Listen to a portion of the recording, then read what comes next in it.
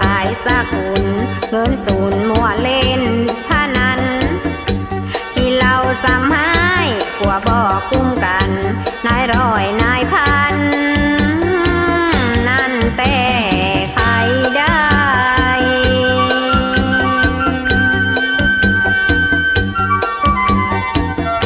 อย่างมางอมใจ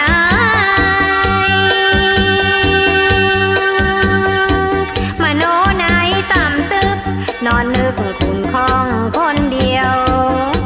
อยู่เป็นสาวเคินไก่แค่หนังเหนียวตัวเปล่าเล่าเปลี่ยวเปลี่ยวใจแห้งบาปยังจ้า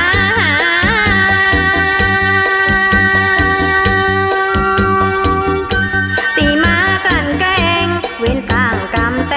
งเสียบห้อยยิงบ่มีผัวเว้น500มันไต่ขอบดงบุรีแก่เท่าไต่